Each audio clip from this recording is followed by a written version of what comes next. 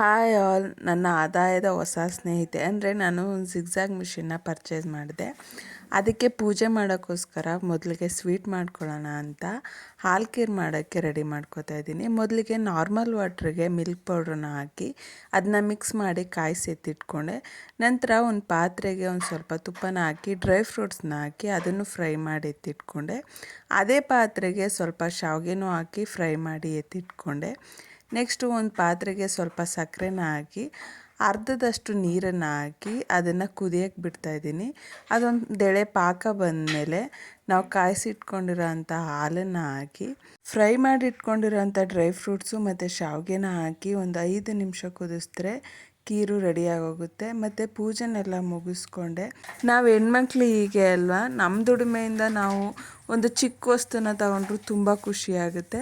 ಅದೇ ರೀತಿ ನಾನು ಮೊದಲನೇ ಸ್ಟಿಚಿಂಗ್ ಮಿಷಿನಿಂದ ಈ ಮಿಷಿನ್ನ ತೊಗೊಂಡಿರೋದು. ನನಗಂತೂ ಬೆಟ್ಟದಷ್ಟು ಖುಷಿ ಇದೆ. ನನ್ನ ಖುಷಿನ ನಿಮ್ಮ ಜೊತೆ ಹಂಚ್ಕೊಳ್ಳೋ ಒಂದು ಸಣ್ಣ ಪ್ರಯತ್ನ. Thanks for watching.